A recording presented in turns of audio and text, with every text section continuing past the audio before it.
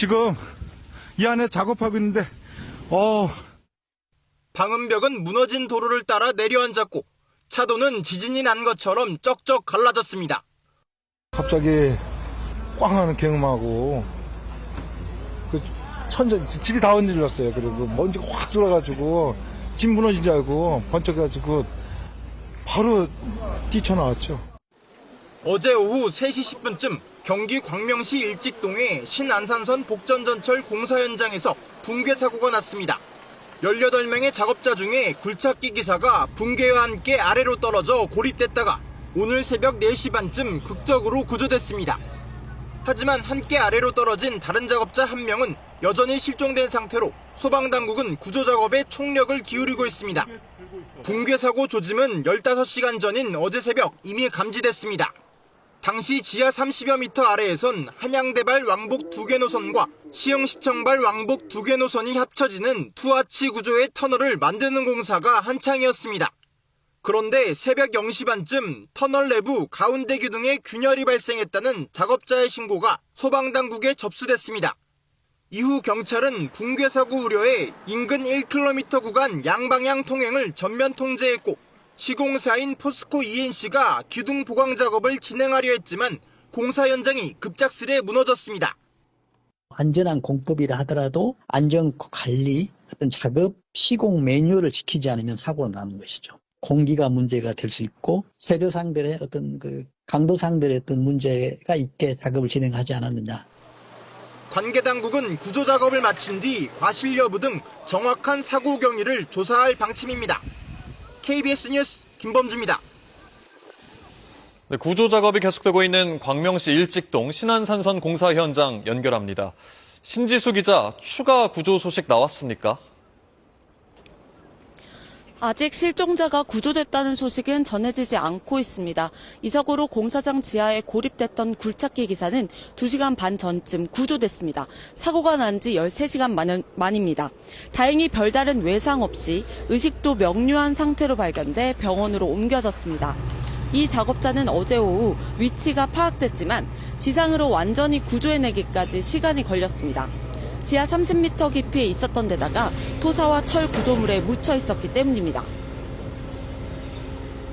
철 구조물을 일일이 하나씩 수작업으로 절단을 하고 그다음에 토사물을 바켓으로 퍼낸 과정에서 소방당국은 밤사이 대형 크레인을 투입해 구조 작업을 벌인 결과 13시간 만에 극적으로 구조해낼 수 있었습니다. 소방당국은 나머지 작업자 1명을 찾기 위해 구조자가 발견된 장소 주변을 집중적으로 수색하고 있습니다. 사고 현장 주변에 사는 주민들의 걱정이 클 것 같은데 주민들 반응은 어떤가요? 네, 갑작스러운 붕괴 사고에 밤잠 설친 주민들이 많았습니다. 너무 놀라 옷 한 벌 제대로 챙기지 못하고 급하게 집을 빠져나온 주민도 있었는데요. 주민의 이야기 한번 들어보시죠. 옷은 거의 못 챙겼어요. 저희 이게 다예요. 그냥 딱 단벌로. 네. 오늘은 푹 자지는 못할 것 같아요. 너무 걱정도 되고 그래서.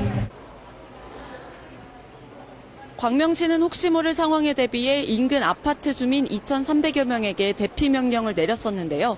전문가들과 주변 아파트에 대한 안전 점검을 진행한 결과 별다른 이상이 발견되지 않음에 따라 오늘 0시부로 대피 명령을 해제했습니다. 다만 사고 지점으로 가는 진입로와 주변 도로는 계속 통제 중이라 당분간 접근이 차단될 것으로 예상됩니다. 지금까지 광명 사고 현장에서 KBS 뉴스 신지수입니다. 윤석열 전 대통령이 파면 선고 일주일 만에 한남동 관저에서 서초동 사저로 복귀했습니다. 윤 전 대통령은 관저 앞을 찾은 지지자들에게 차에서 내려 직접 인사하고 이제 한 국민으로 돌아가 나라와 국민을 위해 새 길을 찾겠다고 밝혔습니다. 이현준 기자입니다. 관저를 나오면서 차에서 내린 윤석열 전 대통령.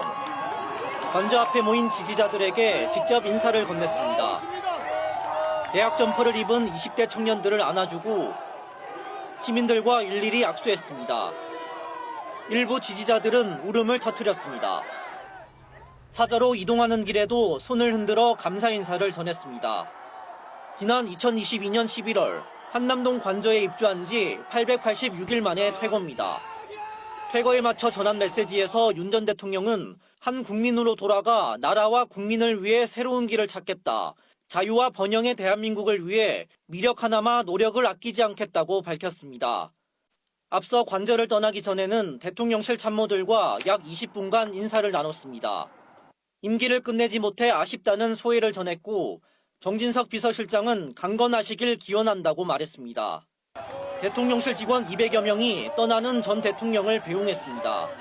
윤 전 대통령은 미래 세대가 자유와 주권 가치의 소중함을 인식하게 돼 다행이라며 감정을 수습하고 자유와 번영을 위해 더욱 힘써달라고 당부했습니다. 윤 전 대통령은 관저를 나온 지 약 21분 만인 오후 5시 30분쯤에 서초동 사저에 도착했습니다. 윤 전 대통령은 소통을 강화하겠다는 취지로 청와대에 들어가지 않고 용산으로 집무실과 관저를 옮겼었습니다. 하지만 윤 전 대통령의 용산 시대는 갑작스러운 계엄 사태로 3년을 못 채우고 막을 내렸습니다. KBS 뉴스 이현준입니다. 윤석열 전 대통령은 어제 오후 5시 반쯤 서초동 사저에 도착했습니다. 복귀를 환영한다는 입주민들도 있었지만 생활에 불편을 걱정하는 주민들도 있었습니다. 황다혜 기자가 보도합니다. 윤석열 전 대통령과 김건희 여사 부부는 어제 오후 5시 반쯤 서초동 사저에 도착했습니다. 이어 차에서 내려 함께 지지자들과 인사를 나누는 모습이 포착됐습니다. 윤 전 대통령 지지자들은 어제 오후부터 사저 앞으로 모여들었는데 무릎을 꿇고 기도하거나 눈물을 흘리다 쓰러져 구급차가 출동하기도 했습니다. 윤석열 대통령의 파면 이후 많은 분들께서 상심하셨을 것으로 압니다. 맞습니다! 하지만 안타깝게도 상심하고 있을 시간이 없습니다. 전직 대통령이 단독주택이 아닌 아파트에 거주하는 사례는 윤 전 대통령이 처음인데요. 아파트에는 대통령 내외분 수고하셨습니다라는 현수막이 내걸리기도 했습니다. 다만 취재진이 거주민들을 만나보니 생활에 불편을 걱정하는 목소리도 많았습니다. 일단 공동주택으로 이렇게 퇴임한다는 것 자체가 전 잘 이해가 되지 않는 입장이에요. 아이들이 다녀야 되고. 앞으로 윤 전 대통령 경호는 대통령 경호처 전직 경호팀이 전담하고 외곽 경비 등은 경찰이 지원합니다. 또 경찰이 사저 주변에서는 집회를 열 수 없다고 제한 통보를 내린 상태여서 앞으로 집회는 교대역 인근에서 열릴 것으로 보입니다. KBS 뉴스 황다혜입니다. 윤 전 대통령이 사저에 복귀한 뒤에도 관저에서처럼 정치 행보가 이어질지에 관심이 쏠리고 있습니다. 이에 민주당은 자숙하며 법의 심판을 기다리라고 비판했습니다. 신지혜 기자입니다. 윤 전 대통령은 퇴거 순간에도 파면 결정에 대한 승복은 말하지 않았습니다. 비상조치 이후 미래 세대가 자유의 소중함을 깨달았다며 계엄을 정당화하는 듯한 발언도 했습니다. 나라와 국민을 위해 새로운 길을 찾겠다. 자유 대한민국을 위해 노력을 아끼지 않겠다고도 했는데 사저 복귀 이후에도 정치적인 발언을 이어갈 거로 보이는 대목입니다. 일주일간 관저에 머물면서 지지층을 향한 메시지를 전했던 윤 전 대통령. 만나 뵈니까 대통령께서 굉장히 그 상처가 큰 것 같고요. 대통령이 되면 자기가 해보니까 충성심 있는 사람 쓰는 게 좋겠다. 탄핵 반대 집회의 구심점이던 강사 전한길 씨도 관저로 불러 지지층을 독려했습니다. 전한길 선생 그 표현에 의하면 나야 감옥 가도 죽어도 좋지만은 뭐 우리 국민들 어떡하냐, 청년 세대를 어떡하냐 이런 걱정을 많이 하셨다고 하는. 중도 확장을 노리는 국민의힘으로선 곤혹스러운 상황. 윤 전 대통령의 막후 정치가 도움이 안 된다는 지적이 나왔습니다. 반면 이달 14일부터인 내란 혐의 형사재판 대응으로 사저정치 여력이 없을 거란 관측도 있습니다. 민주당은 누가 보면 명예롭게 퇴임하는 대통령인 줄 알겠다면서 자숙하고 참여하며 겸허히 법의 심판을 기다리라고 비판했습니다. 국민의힘은 공식 입장을 내지 않았습니다. 앞으로 윤 전 대통령 경호에 50명 내외 전담 경호팀이 투입됩니다. 법적으로는 10년까지지만 관례상 윤 전 대통령 부부도 종신 경호 지원을 받을 거로 보입니다. KBS 뉴스 신지혜입니다. 미중 간의 관세 전쟁이 격화되고 있는 가운데 미국의 소비 심리가 갈수록 악화하고 있는 것으로 나타났습니다. 미시간대 조사 결과 소비자 심리 지수가 넉 달 연속 하락했고 1년 뒤 물가 상승률 전망치는 40여 년 만에 최고치를 기록했습니다. 뉴욕에서 박일중 특파원입니다. 미시간 대학이 조사한 미국 경기에 대한 소비자 심리 지수가 50.8을 기록했습니다. 지난달보다 6포인트 이상 하락한 것으로 거의 3년 만에 최저치입니다. 관세로 인한 물가 상승에 대한 우려가 컸습니다. 1년 뒤 물가 상승률 전망치는 6.7%로 지난달 조사 5%에서 급등하며 40여 년 만에 최고치를 찍었습니다. 장기 물가 상승률 전망치는 약 30년 만에 가장 높았습니다. 심리지표와 달리 아직 실제 지표는 안정적입니다. 전날 3월 소비자 물가지수 상승률이 낮아진 데 이어 이날 발표된 생산자 물가지수도 전문가 예상치를 밑돌았습니다. 다만 이 물가지표들은 아직 미국의 관세 부과 영향이 본격적으로 반영되기 전에 집계됐습니다. 연준 인사들은 이날도 관세 영향에 대한 경고를 내놨습니다. 중간재 수입을 고려하면 관세의 영향은 생각보다 광범위할 수 있다는 겁니다.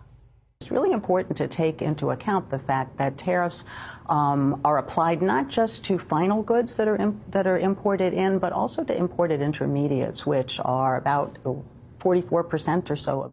미 뉴욕 주식시장의 주요 주가지수는 하락 출발했지만 백악관이 중국과 합의를 모색하고 있다는 소식에 2% 안팎 상승 마감했습니다. 하지만 안전자산으로 여겼던 미 국채와 달러 값은 오늘도 하락했습니다. 이에 대해 연준 인사들은 지금까지 시장이 잘 작동하고 있다고 평가했습니다. 뉴욕에서 KBS 뉴스 박일중입니다.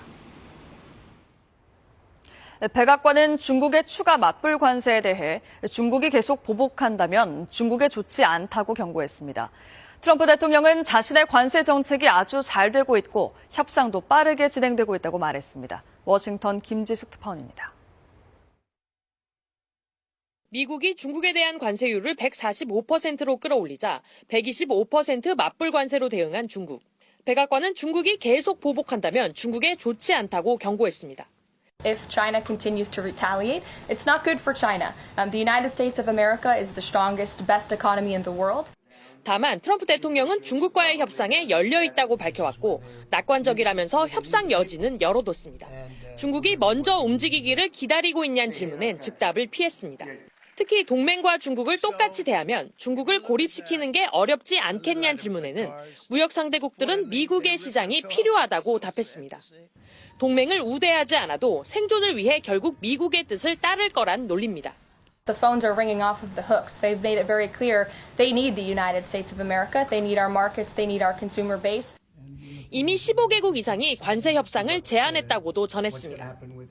트럼프 대통령도 자신의 SNS에 글을 올려 관세 정책을 정말 잘하고 있다고 주장했습니다. 미국과 세계의 흥미진진한 일이라며 관세 협상도 빠르게 진행되고 있다고 밝혔습니다. 트럼프 대통령의 언급은 정책에 대한 자신감을 드러낸 건데 중국의 보복 관세 인상 이후 주식과 채권 등 금융시장의 동요를 막기 위한 속내가 담긴 걸로도 풀이됩니다. 워싱턴에서 KBS 뉴스 김지숙입니다. 미국이 상호 관세를 유예한 배경을 놓고 해석이 분분합니다. 가운데엔 미국 국채금리 때문이란 분석이 힘을 얻고 있습니다. 주가 폭락은 견뎌도 채권값 급락은 못 견딜 거란 건데 설득력이 있는 관측일까요? 김지숙 기자가 분석했습니다. 상호 관세로 주가가 대폭락할 때 트럼프 대통령은 견디라고 했습니다. 90일 유예를 발표한 뒤엔 갑자기 이 자산을 언급합니다.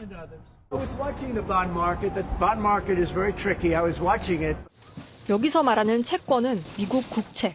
금리 추이를 보면 그럴만합니다. 미국 시각 4일부터 10년물 금리가 갑자기 튀더니 10일엔 4.4%를 넘깁니다.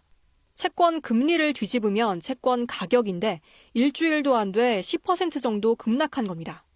세계에서 가장 안전한 자산인 미국 채권의 비상 신호입니다. 평소 때는 그냥 조용합니다. 장기금리 같은 경우는 많이 움직인다고 해도 2-3bp 정도가 왔다 갔다 하는 상황들이었는데 모든 기준들이 흐른다고 다들 시장에서 생각을 한 거죠. 미국 정부 부채는 이미 36조 달러, 5경 원이 넘습니다. 금리 0.1%포인트만 올라도 이자 50조 원 정도를 더 내야 합니다. 재정적자 해소를 공약한 트럼프에겐 뼈아픕니다. 지구상에 트럼프를 막을 수 있는 사람은 없는 것 같다. 하지만 막을 수 있는 건 있는데 금융 변수 측면에서 보면 미국채 수익률일 거다. 한 나라의 국채 금리는 그 나라의 신뢰도이기도 합니다. 믿을 만한 나라일수록 국채 금리가 싸도 잘 팔립니다. 미국 국채 금리 급등은 미국이 믿을 만한 나라냐는 시장의 의문이기도 합니다. 미국을 다시 위대하게가 무색해지는 대목입니다. 미국 국채 불안이 트럼프의 아킬레스건일 수도 있는 이유들입니다. KBS 뉴스 김지숙입니다. 어제 낮엔 전국이 화창한 가운데 기온도 크게 올랐는데요. 오늘부터는 전국에 요란한 비와 함께 강한 바람도 불 것으로 보입니다. 이세흠 기상전문기자가 보도합니다. 봄꽃으로 가득 찬 산책로를 거닐며 봄 기운을 만끽하는 시민들. 어제 서울의 낮 기온이 24도를 넘어서면서 반소매 차림도 어색하지 않았습니다.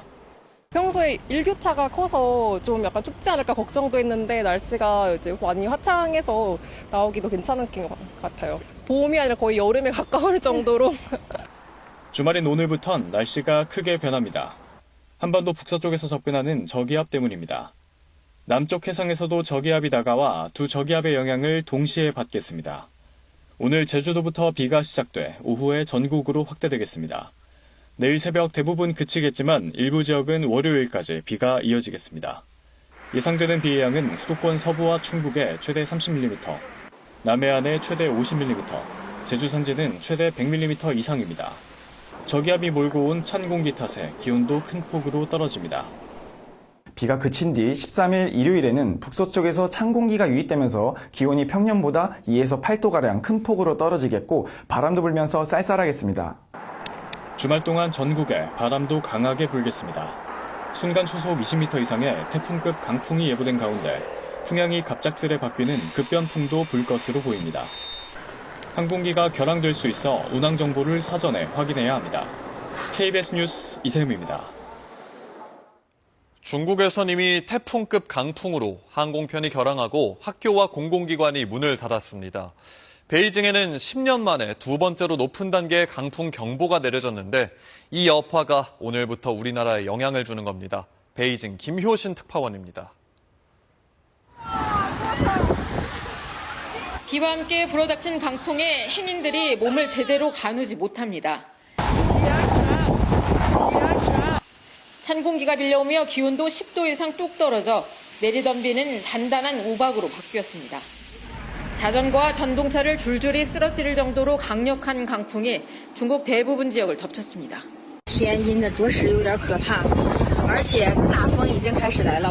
베이징에는 10년 만에 강풍 주황색 경보가 내려졌습니다. 두 번째로 높은 단계의 경보입니다. 강풍과 냉해 피해가 예상되자 베이징 슈퍼마켓과 시장에는 사재기 인파까지 몰리기도 했습니다. 平常菜市场营业到1点，今天我一去，好家伙，9点好多菜都卖没了，没什么菜了。 일부 공공기관과 학교는 어제 휴교에 들어갔고 강풍의 영향이 지속되는 오늘은 외출 금지가 권고됐습니다. 항공편과 열차 운행도 줄줄이 중단됐습니다. 일부 도로는 폐쇄됐습니다. 主要它的来源还是在北方的这种强的冷空气。前期呢，由于我们北京地区是比较暖，高压和低压之间存在了非常大的这个气压差。 이번 저기압은 주말 사이 우리나라에 비바람을 내릴 것으로 보입니다. 베이징에서 KBS 뉴스 김효신입니다. 일본의 한 중고등학교 운동장에서는 방과 후 체육 활동을 하던 학생들에게 벼락이 떨어졌습니다. 모두 6명이 쓰러져 병원으로 옮겨졌는데 이 가운데 2명은 의식이 없는 상태입니다. 이번 주말 우리나라에도 벼락과 강풍을 동반한 비가 예보된 만큼 주의하셔야겠습니다. 도쿄 황진우 특파원입니다. 일본 나라현의 한 중고등학교 운동장입니다. 지난 10일 오후 5시 50분쯤 학생 6명이 갑자기 쓰러졌습니다. 운동장으로 떨어진 벼락에 맞은 겁니다. 雷は何回か鳴ったんですけど、1回だけ光ってすぐに音が鳴って、耳元で手を叩かれてもうパーンってされてるような乾いた音ですね。 이 학교 인근에 설치된 CCTV에 비슷한 시각 녹화된 영상입니다. 번쩍하는 장면이 찍혔는데 이때 낙뢰가 떨어진 걸로 보입니다. 당시 운동장에는 중학교 축구부, 고등학교 야구부 등 학생 110여 명이 체육 활동 중이었습니다. 쓰러진 6명이 병원으로 옮겨졌는데 2명은 의식 불명, 1명은 중상을 입었습니다. 다른 3명은 팔, 다리 등을 다친 것으로 전해졌습니다. 경찰 조사에서 축구부 담당 교사는 학생들과 운동하고 있는데 갑자기 비가 강해지더니 천둥 소리가 났고 학생들이 쓰러졌다고 말했습니다. 낙뢰는 수직으로 발달하는 구름인 정난운에서 일어납니다. 春先においてもですね、こういった形で積乱雲が生じて大放電に至ることっていうのは、時々ある事例だと思います。 일본 언론들은 갑자기 찬바람이 불거나 천둥 소리가 들리면서 수직으로 발달된 구름이 다가오면 낙뢰가 떨어질 수 있는 만큼 신속히 건물 내로 이동할 것 등을 강조하고 있습니다. 도쿄에서 KBS 뉴스 황진우입니다. 지난 7일 9시 뉴스에서 처음으로 공개한 제주항공 참사 직전의 비행 영상에는 절박했던 마지막 순간이 고스란히 담겼습니다. KBS는 사고 직전 엔진 출력이 어느 정도였는지, 왜 비상 착륙을 할 수밖에 없었는지 가늠해 볼 수 있는 단서를 포착했습니다. 우한울 기자의 보도입니다. 블랙박스 기록마저 끊긴 제주항공 여객기의 마지막 2분 40초. 엔진 소리가 들리지만 어디에서 나는지 확인하기 어렵습니다. 사고 직후 공개됐던 또 다른 영상을 분석해봤습니다. 바퀴, 즉 랜딩 기어 없이 동체가 활주로에 접근하는 순간에 엔진을 확대해봤습니다. 오른쪽 엔진 뒷배경은 뜨거운 열기로 인해 흐리고 왜곡된 반면 왼쪽 엔진 뒷배경은 변형 없이 그대로입니다. 왼쪽 엔진은 꺼져 있고 오른쪽 엔진만 작동했던 것을 추정할 수 있는 단서입니다. 조류 충돌 직후 오른쪽 엔진에서 화염이 여러 차례 확인된 것도 이를 뒷받침합니다. 서지 현상이 나타났을 때 보여주는 현상들인데 그럼에도 불구하고 그때까지는 엔진이 회전 중이었다. 그런 뜻이거든요. 당시 오른쪽 엔진의 출력은 어느 정도 남아 있었을까? 국토교통부 항공철도사고조사위원회는 항공기 전원 공급이 끊겼다는 사실을 통해 당시 엔진 출력 상태를 추정하고 있습니다. 항공기의 전기를 안정적으로 공급하려면 엔진 출력은 아이들, 즉 공회전 이상을 유지해야 합니다. 아이들 RPM 이하로 떨어졌을 때 전원 장치도 전격 주파수가 안 나오게 되면 전원 장치가 꺼질 수가 있습니다. 조류 충돌 이후 사고기는 전원이 갑자기 끊겼기 때문에 남아있던 오른쪽 엔진 출력은 사실상 공회전 미만으로 떨어졌을 가능성이 높은 것으로 분석됩니다. 사조위 관계자는 남은 엔진의 힘만으로 전력 공급이 가능했는지 보기 위해 사고 당시 정확한 출력값을 조사하고 있다고 밝혔습니다. 또 전기 계통 자체 결함 등 다른 요인으로 전기가 끊겼을 가능성도 열어두고 다음 달 엔진 제조사 샤프란 등과 정밀 조사를 진행할 예정입니다. KBS 뉴스 우한울입니다. 한국 현대사 최대 비극 가운데 하나인 제주 4.3의 실상과 진상규명 과정을 담은 기록물이 유네스코 세계 기록유산에 올랐습니다. 국가폭력에 맞서 진실을 밝히고 화해와 상생을 통해 자발적인 진상규명에 나선 과정이 높은 평가를 받았습니다. 김가람 기자입니다. 누렇게 바랜 표지에 수영인 명부라고 적힌 기록물. 제주 4.3 당시 군사재판에 넘겨진 2,500여 명의 이름과 형량이 빼곡히 담겼습니다. 당시 재판이 판결문 같은 기본 요건조차 못 갖춘 불법 재판인 점을 뒷받침하면서 희생자들의 명예회복에 큰 역할을 했습니다. 1947년부터 1954년까지 당시 제주도 인구의 10분의 1이 넘는 최대 3만 명이 희생된 것으로 추산되는 제주 4.3. 한국 현대사 대표적인 비극 가운데 하나인 4.3의 실상과 진실을 담은 기록물이 유네스코 세계기록유산에 올랐습니다. 세계기록유산으로 등재된 4.3 기록물을 저희 4.3 영령님들께 봉헌해 드리고 싶습니다. 4.3 왜곡으로부터 상처가 덜 받기를 소망하고 있습니다. 기록유산에 등재된 4.3 기록물은 모두 14,000여 건. 4.3 당시 기록부터 2003년 정부 보고서가 나오기까지 진실규명과 역사적 화해의 과정이 담겼습니다. 유네스코는 화해와 상생의 가치를 토대로 지역사회가 진상규명에 나선 점을 높게 평가했습니다. I think you could say it demonstrated the resilience of a people in the face of oppression. Fighting spirit. 제주도는 제주 4.3이 세계인의 역사가 된 뜻깊은 순간이라며 누구나 쉽게 접근할 수 있는 아카이브를 구축하기로 했습니다. KBS 뉴스 김가라입니다. 오는 17일 방송법 개정안 국회 재의결을 앞두고 한국방송연기자협회가 TV 수신료 결합 징수 통과를 촉구하고 나섰습니다. 한국방송연기자협회는 성명을 내고 KBS의 드라마를 비롯한 모든 프로그램은 소중한 수신료로 제작되었다면서 공영방송이 본연의 역할을 지속할 수 있도록 국회가 방송법 개정안을 통과시켜줄 것을 간곡히 요청한다고 밝혔습니다. 한국방송연기자협회는 연기자 1,900여 명이 등록되어 있는 국내 최대 규모의 연기자 단체입니다. 주말 비 예보에 벚꽃이 지기 전에 보려는 상춘객 인파가 절정이었습니다. 서울 석촌호수 인근에는 대형 미디어 아트 시설물이 설치돼 시민들의 눈길을 끌었습니다. 주현지 기자입니다. 연분홍 벚꽃이 거리를 가득 메웠습니다. 주말 비와 강풍이 예보되자 벚꽃이 떨어지기 전에 보려는 사람들이 몰리면서 상춘 인파는 절정을 이뤘습니다. 가족, 연인, 친구들이